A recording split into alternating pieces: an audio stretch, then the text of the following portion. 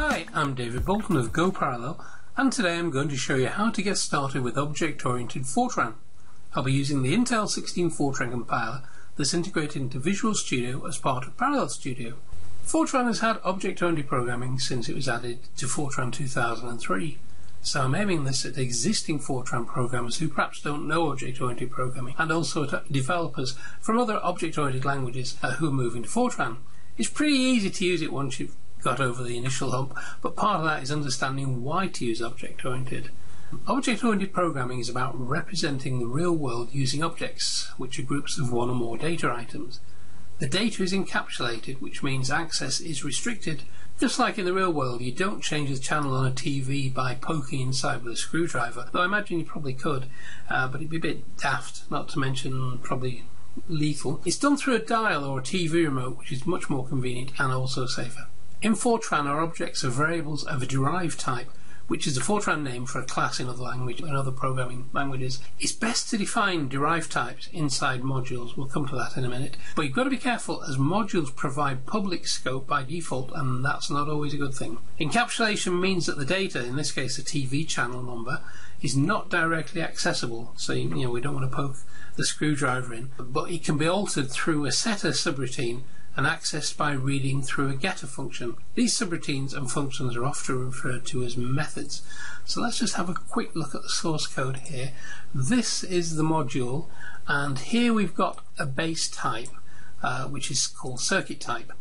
Now we then extend that circuit type just has a simple property, a logical, which is underscore on, and it's set to false to start with. We then extend this type to a TV type, and we add both a channel and a volume, and if you look at there you can see that those are private. We've also got a TV kind, but we'll come to this later on. It's to do with polymorphism, and we extend those types here. Now I was talking about getter and setter routines, so if we just scroll down a bit here are some subroutines which I've got. We've got init, turn on off, set volume and get volume. That's what I call the accessor methods. The set volume is the one that you use to set the volume. We provide the integer as a second parameter. The first parameter is the object itself, and if we look at the main code here we can see an example of it. Here we turn it on, then we call set volume, and ATV is a variable I've defined up here as a TV type. That's how you declare variables in FORTRAN. And we turn it on, which just sets it to true. We then call set volume, which sets it to 10. We then call get volume, and that gets the volume back, and then we output it. As you can imagine, it's not very exciting, and when we run it we'll get a simple value of 10. Other properties of objects include inheritance. The idea is that common properties are put into a base class, then other derived types extend this base class and add extra properties. In the example program which I was showing you earlier, there are two files, ex3.f90, that's this one, and tv.f90, which has the module with the derived types in it. Because these properties are private, we cannot read or change them directly from the main program. If we try to access them directly, the compiler complains. Let me show this. If I uncomment this line out and then try and compile, and what you get here, let me just pull this up, is there, it's complaining. So I'll just comment that back again and recompile, and there it compiles correctly.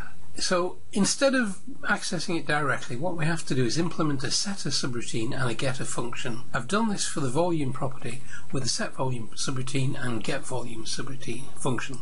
And if we look in here you can see the two. I mentioned them earlier.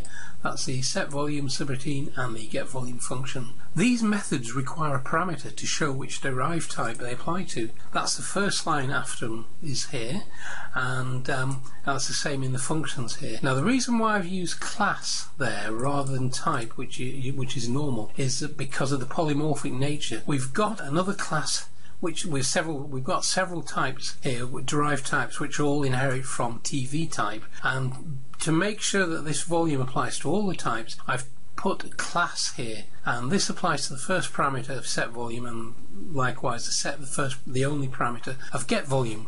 With set volume, the second parameter is an integer, and that specifies the amount that we're going to set the volume to. So Here's a code where they're used. And that's here where we call set volume and then get volume, so you can see the ATV, which is the TV type.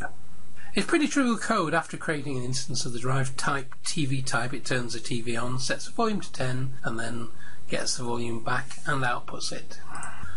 Another aspect of object-oriented programming is polymorphism. It applies to a derived type, where in this case TV type, and any other derived types that are derived from TV type. If we look in the module here, we can see that we have three types: LED TV type, OLED TV type, and plasma TV type, and they all extend TV type. And if I run the program,